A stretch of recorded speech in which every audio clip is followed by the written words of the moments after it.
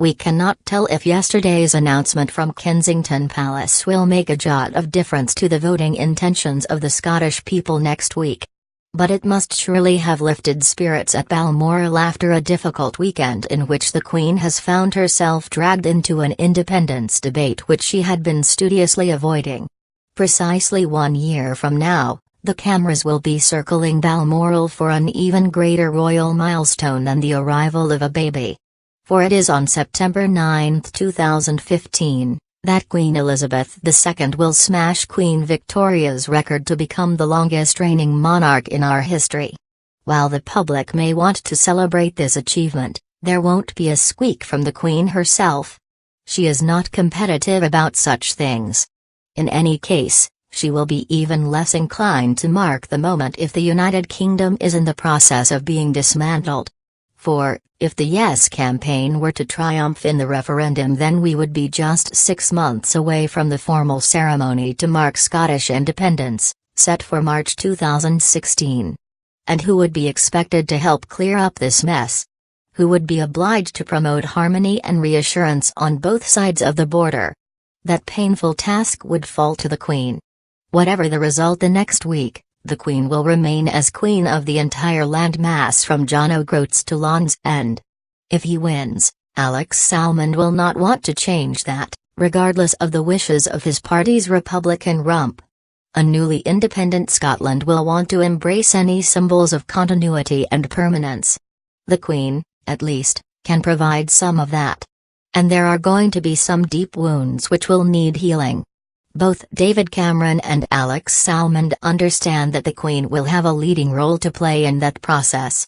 The sea change in UK-Irish relations following her state visit to Ireland, and the reciprocal visit by the President of Ireland 5 months ago, show just how effective the Queen's soft power can be in uniting those whom the politicians have divided. To read some of the reports about the Queen's crisis talks with the Prime Minister over the weekend, one might imagine that she is astonished to find her beloved kingdom suddenly unraveling. In fact, though she might be irked to find headlines about her concern over the issue, having observed a Trappist vow of silence on the subject, few have a shrewder sense of what is really going on.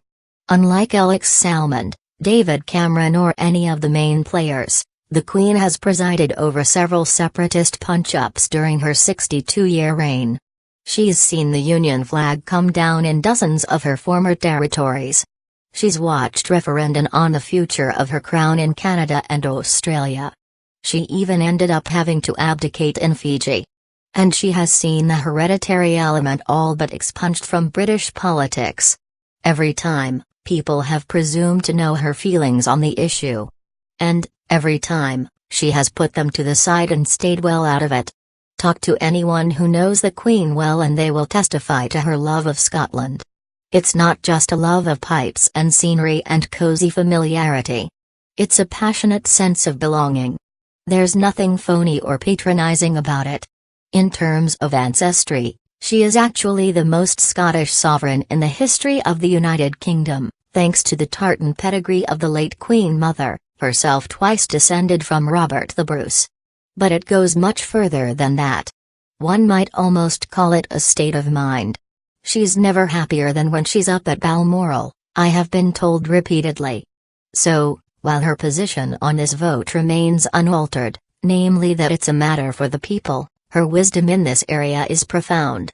And one person who must now be wishing he had sought more of it is her former Prime Minister, Tony Blair. For the journey to this dismal, poisonous schism started on his watch. While researching my book, Our Queen, ahead of the Diamond Jubilee, I interviewed Mr. Blair.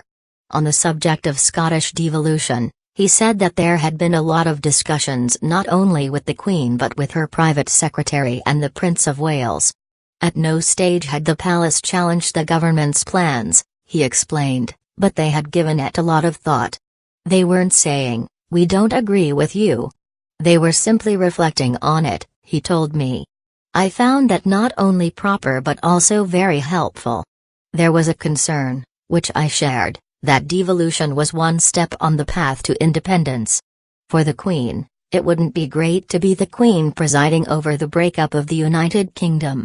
So, I would explain my thinking on this, which was that unless you offered this halfway house within the United Kingdom, you really would at some point find a full-blown march to independence. And so it came to pass. That royal concern turns out to have been extremely prescient. Now that it is a live political issue, of course, there is not the remotest chance that the Queen will voice any sort of opinion. We should, though, recall her 1977 Silver Jubilee speech, in which she spoke up for the Union.